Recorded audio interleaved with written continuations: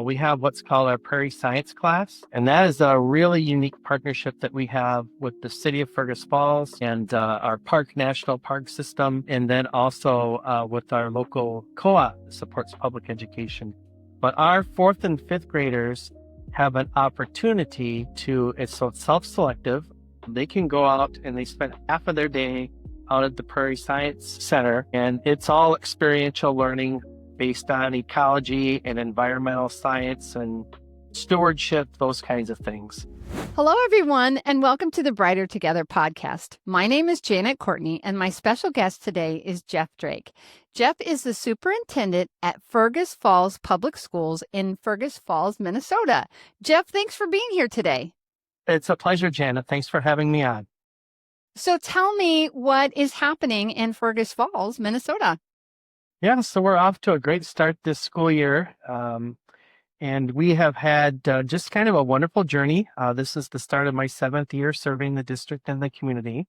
And one of the things that I really wanted to share with your listeners was our experience purchasing a former Target store and converting it into a preschool and kindergarten space, as well as we leased part of it out for daycare. Wow. So how did that come about? Well, we were renting a space in a building that needed a lot of work. We had temporary walls up for our classrooms for preschool. And we were talking to the owner about what it would cost to kind of do a joint effort in renovating that space to make it more appropriate. And along this time, this was a kind of a difficult thing for our community, but we lost our beloved Target store. Corporate office decided that it made more economic sense to close that location. And so that building, Janet, had been sitting vacant for a couple of years. It was on the market. Okay. But when the district looked at the cost of renovating this other space that we had been running our preschool services out of versus the cost of purchasing the Target building, it just made more sense to go down that avenue. Gotcha. Okay. So did you have to go to bond for that?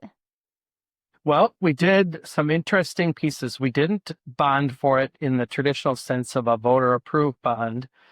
We lease levied the part of the payments. So essentially what we did is took out a loan on the property, and then we used lease levy dollars to make our part of our loan payments.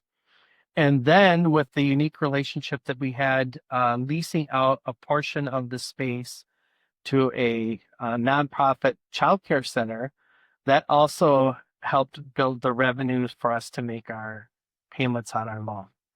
So it was kind of an interesting way to finance the purchase. Yeah. Yeah. Leveraging is yeah, we're learning. I'm learning a little bit about real estate. I'm kind of dipping my toe a little bit in it right now. Not anything that I ever thought I'd do, but it's all about leverage. They talk about leverage and yeah, so I get it. Yeah. Yeah. So how long did it take you? So you get this Target building. What's next? Yeah, so we ended up in 2 phases, and then we're going to have a phase 3 coming up, which will be a little bit different, but still very exciting. So phase 1 of the project was to take this mercantile building and convert it into an educational space. And we learned a lot of lessons along the way, Janet. That is not simple to do. I bet not. The stricter building codes for an educational facility. But we took that, and phase 1 took us a little over a year to complete. But when we opened it up for occupancy for our preschool program, we had about half of the 89,000 square feet finished. When I first walked, I'll never forget this. When I first walked into the former Target building, Target store, it was completely cavernous. So there were a couple of a big shell, right? Yeah, it's no shelves. Yeah, everything was gone except for a couple of the iconic red shopping carts. Well, how funny. Yeah, and so it's completely vacant and an enormous kind of tabula rasa. So what are you going to do with this space? And we were working with a local architect and working with Children's Corner is our leasing partner to design spaces specifically to meet our preschool needs, but also to meet their needs as well. Wow. So, more bathrooms, I'm assuming, more rooms, walls, Yeah, HVAC, all the no, you've got mechanical. it. Yeah. So updating the mechanical systems, all new mechanical systems. In phase two, which I'll talk about in a minute or so, we put a new roof on the facility, repainted the exterior to kind of brand it with our own otter theme. Oh, But okay. Yeah. right, every classroom then needed its own bathroom facilities, especially serving that young age group, and so there was a lot of infrastructure changes that needed to be done. Wow. So that took about a year to get that done. And then you said you got you did half of the building. And then what did you do with, I'm assuming phase two was the second half? I'm Phase two guessing. was the second half. So Okay. phase one, we put on the south end of that building our preschool and children's corner spaces, and then we occupied that for a couple years before moving Okay. on to Oh, phase two. okay. And so with phase two, um, we worked to design the north half of that building to house our kindergarten. And this is what really ended up working out so well for us, Karen, or Janet, is that when we finished that project, the special ed support staff, we had enough space for them to come in there as well. And so we have a single facility that is specifically designed and tailored to early childhood needs, our youngest learners. And then we also have the professionals with those support skills and expertise so that we can dive right in when a student might be starting out struggling and do that early Hmm. intervention to help get them right back on track. So like your MTSS or RTI or whatever Yep. is right there. Yeah. Yeah, multi-tiered system of support and response to intervention for those of you that are listening and don't know those letters, because Yeah. we love our letters, don't we? Yeah, we sure do. So that when did that one open? When did that piece open then? So last year was our first year of housing kindergarten in Lincoln School. Okay. And So we it's did, now called Lincoln School. Is that what it's called Lincoln okay. School. Yep. Gotcha. All of our schools are named after former presidents, and Oh, neat. Love that. Lincoln School had been in existence before. We no longer had that building, and so it was brought back to life. It's the Nice. new second iteration of Lincoln School in Fergus Falls Public Schools. So how many schools do you guys have? So we have 7 sites. Okay. We have 3 elementary school buildings. That are serving our younger children. Then we have one that's serving 4th and 5th grade. And then we have our middle school and high school combined. But just down the street from that campus is Roosevelt School. And that houses our ALC, Alternative Learning Center, Community Ed.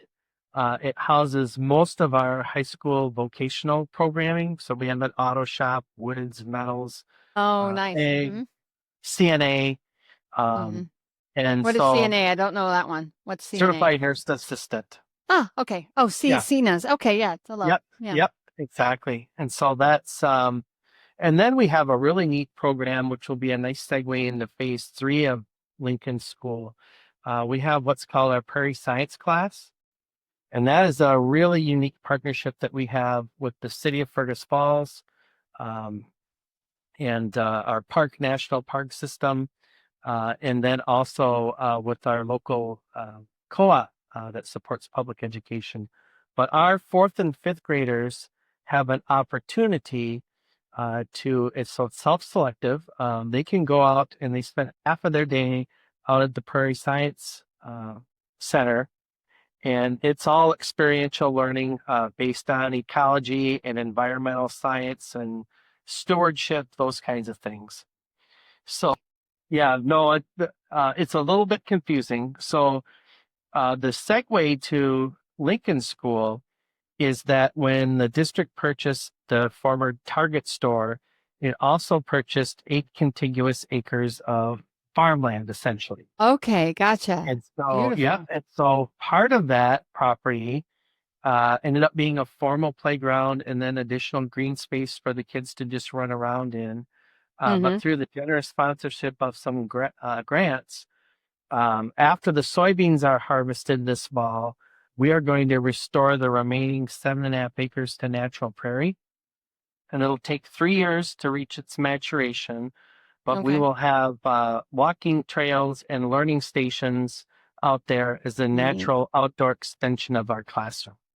Very cool. That will be very cool. Yeah.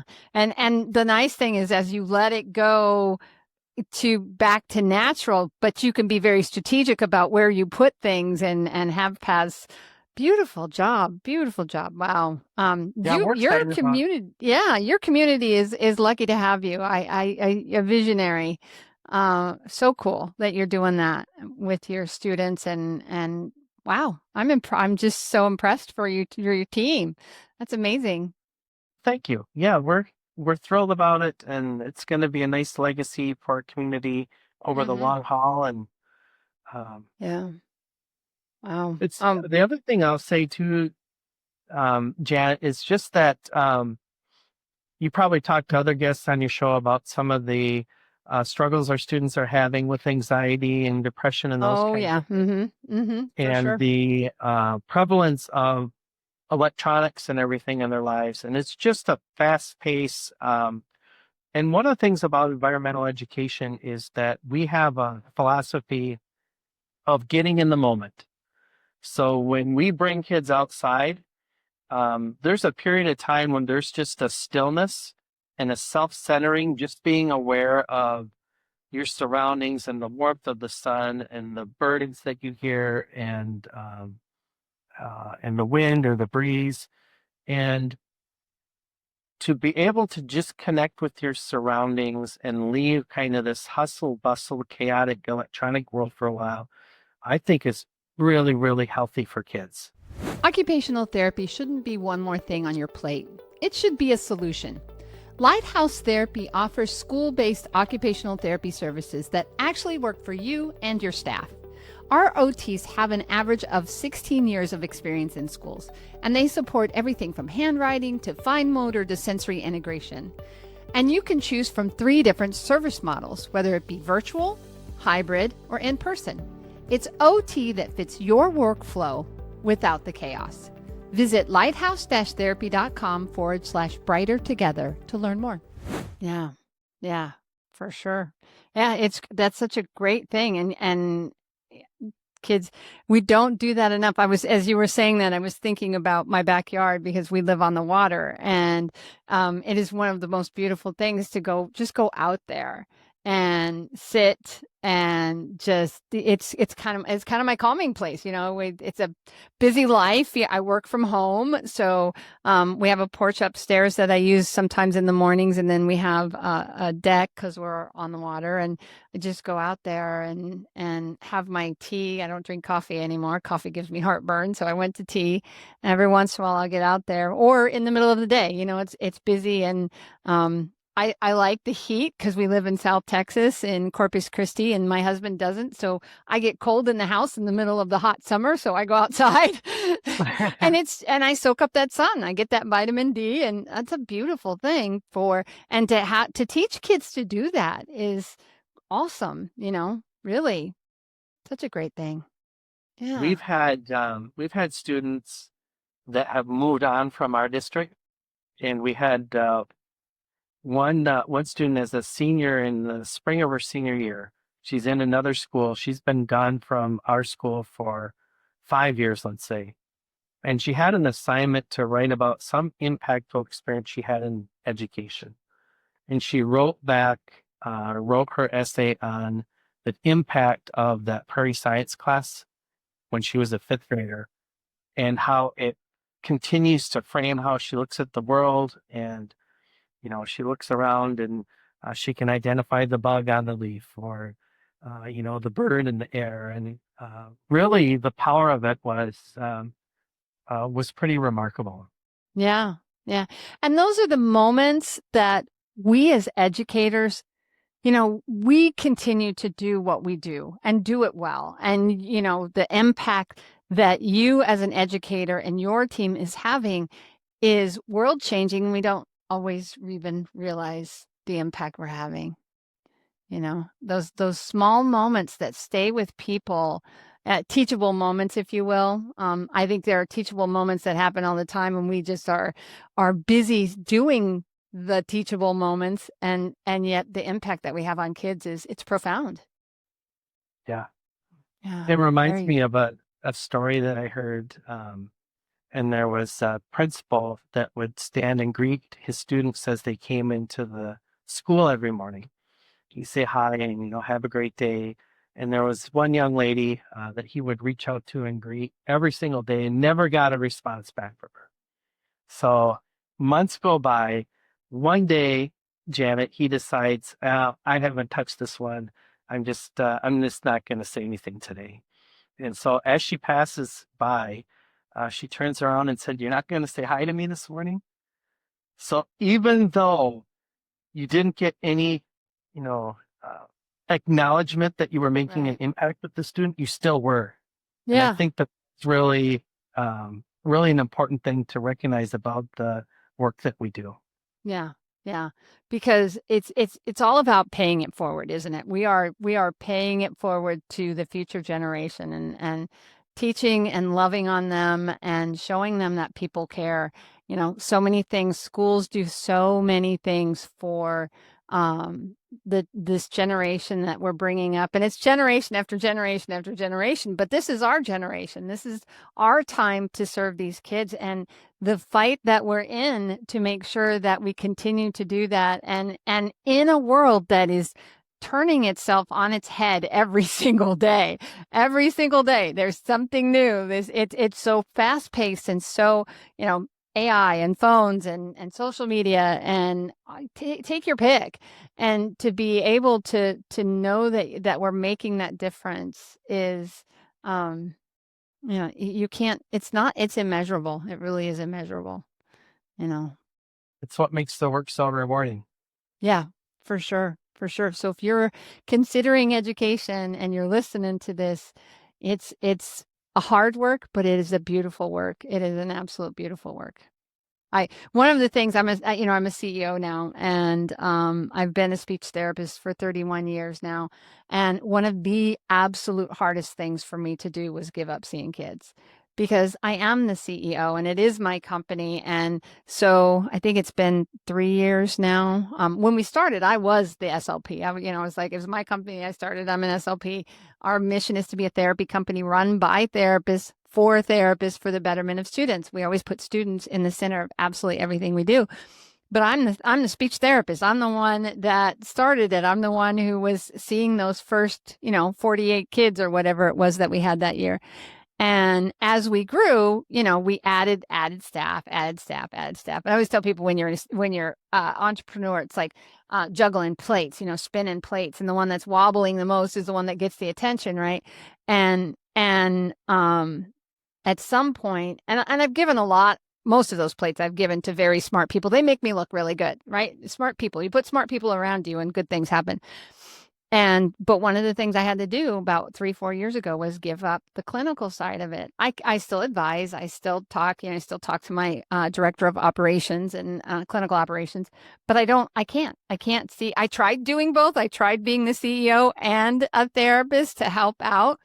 I wasn't doing a good job as a CEO. I wasn't doing a good job as a therapist. So, it's like, and the thing that God gave me at that time, because it was painful. I was like, I don't want to, God, I love this. Why do I have to give this up? And what I got was, you can see 55 kids. That's about the max that I feel you can comfortably do as a full-time therapist, speech therapist in the schools. And you can agree or disagree. It doesn't matter to me. But that I could see 55 kids, or I could, last year, we served 2,700 kids, you know? So I just go, I'm not that person that's right there in that room at that moment, but I am making sure that that person in that room with them is a person that is going to impact their lives 2,700 times, almost 12,000 times since we started, so you just pick it. You Yeah. And multiplied your impact. yeah, That's a powerful exactly. thing. Yeah, it is. It's and you have to recognize that too, and I'm sure you do as a superintendent, I'm sure you do, but it's about leading people in a way where they feel empowered and loved and supported and taken care of so that they can be the best that they can be. And that's what we do here. And I'm 100% sure that's what you guys do. So yeah, good for you. All right. Jeff, where do people go if they want to learn more about Fergus Falls ISD? Oh, public schools. I apologize. Yeah. So Ferguson. people can reach out to our website. You can just Google it, Fergus Falls Public Schools, and it'll take you right there. If you're ever passing through the lovely state of Minnesota, we are about 70 miles south and a little bit east of Fargo, North Dakota. And Oh, so think wow. of us in the winter. Yeah, it's We do cold. have a good it's cold, and typically windy. We're kind of on the edge of the prairie. Yeah. It is a beautiful small town community where people still know and care about each other, and Mm-hmm. we embrace our kids where they're at every day when they walk through the doors, and do our best to have an impact on them that allows them to reach their full potential.